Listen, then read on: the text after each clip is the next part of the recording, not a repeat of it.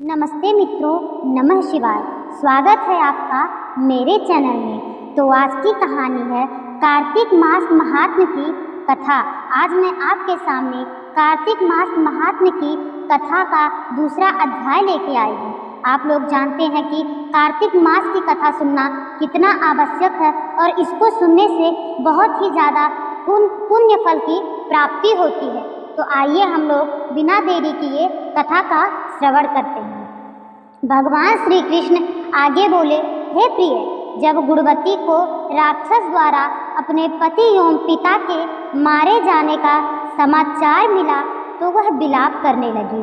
हाय नाथ, हाय पिता, मुझे त्याग कर तुम कहाँ चले गए? मैं अकेली स्त्री तुम्हारे बिना अब क्या करूँगी? मेरे भोजन आदि की व्यवस्था कौन करेगा? मुझे प्रेम पूर्वक कौन रखेगा? मेरा घर में प्रेम पूर्वक पालन पोषण कौन करेगा? मैं कुछ भी नहीं कर सकती।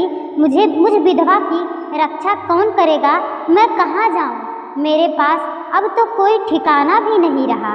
इस प्रकार विलाप करते हुए गुणवती चक्कर खाकर धरती पर पड़ी बेहोश हो गई।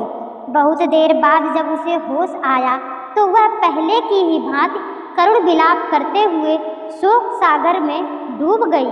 कुछ समय के पश्चात जब वह संभली तो उसे ध्यान आया कि पिता और पति की मृत्यु के बाद मुझे उनकी क्रिया करनी चाहिए जिससे उनकी गति हो सके। इसलिए उसने अपने घर का सारा सामान बेच दिया और उससे प्राप्त धन से उसने अपने पिता एवं पति की श्राद्ध की और आदि कर्म किया। तत्पश्चात वह उसी नगर में रहते हुए आठों पहर भगवान विष्णु की भक्ति करने लगी। उसने मृत्यु उपरांत तक नियम पूर्वक सभी एकादशियों का व्रत और कार्तिक महीने में उपवास एवं व्रत किए। हे प्रिय, एकादशी और कार्तिक व्रत मुझे बहुत ही प्रिय है। इनमें मुक्ति, भक्ति, पुत्र तथा संपत्ति प्राप्त होती है। कार्तिक मास में जब तुला राशि पर सूर्य आता है तब ब्रह्म मुहूर्त में उठकर स्नान करने व व्रत व उपवास करने वाले मनुष्य मुझे बहुत प्रिय हैं, क्योंकि यदि उन्होंने पाप भी किए हों तो भी स्नान व व्रत के प्रभाव से उन्हें मोक्ष की प्राप्ति हो जाती है। कार्तिक मास में स्नान, जागरण, दीपदान तथा तुलसी के पौधे की रक्षा करने वाले मनुष्य साक्षात भगवान विष्णु के समान हैं। कार्तिक मास में मंदिर में झाड़ू लगाने वाले, स्वास्तिक बनाने वाले तथा भगवान विष्णु की पूजा करने वाले मनुष्य जन्म मरण के चक्कर से छुटकारा पा जाते हैं। यह सुनकर गुणवती भी प्रतिवर्ष श्रद्धापूर्वक कार्तिक का व्रत और भगवान विष्णु की पूजा करने लगी। हे प्रिय, एक बार उसे ज्वर हो गया और वह बहुत कमजोर हो गई। फिर भी वह किसी प्रकार गंगा स्नान के लिए चली गई। गंगा तक तो वह पहुंच गई, परंतु शीत के कारण वह वहीं बुरी तरह से कांप रही थी। इसी कारण वह शिथिल हो गई। तब मेरे दूत उसे मेरे धाम ले आए। तत्पश्चात ब्रह्मा आदि देवताओं की प्रार्थना पर जब मैंने कृष्ण का अवतार लिया तो मेरे गण भी मेरे साथ इस पृथ्वी पर आए, जो इस समय यादव हैं। तुम्हारे पिता पूर्व जन्म में देवशर्मा थे तो इस समय सत्राजित हैं।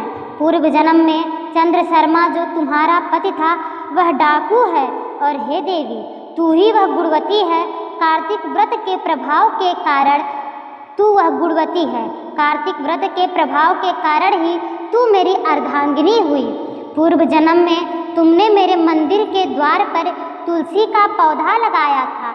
इस समय वह तेरे महलों के आंगन में कल्प वृक्ष के रूप में विद्यमान है। उस जन्म में जो तुमने दीपदान किया था उसी के कारण तुम्हारी देह इतनी सुंदर है और तुम्हारे घर में साक्षात लक्ष्मी का वास है। चूँकि तुमने पूर्व जन्म में अपने सभी व्रतों का फल पति स्वरूप विष्णु को अर्पित किया था, उसी के प्रभाव से इस जन्म में तुम मेरी प्रिय पत्नी हो। पूर्व जन्म में तुमने नियम पूर्वक जो कार्तिक मास का व्रत किया था उसी के कारण और तुम्हारा कभी वियोग नहीं होगा, मेरा और तुम्हारा कभी वियोग नहीं होगा। इस प्रकार कार्तिक मास में व्रत आदि करने वाले मनुष्य मुझे तुम्हारे समान प्रिय हैं।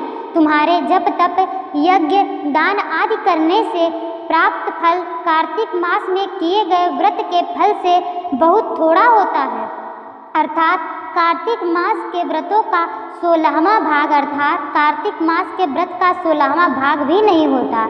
इस प्रकार सत्यभामा भगवान श्री कृष्ण के मुख से अपने पूर्व जन्म के पुण्य का प्रभाव सुनकर बहुत ही प्रसन्न हो गई। तो आज की कहानी यहीं तक, अध्याय दूसरा यहीं समाप्त होता है।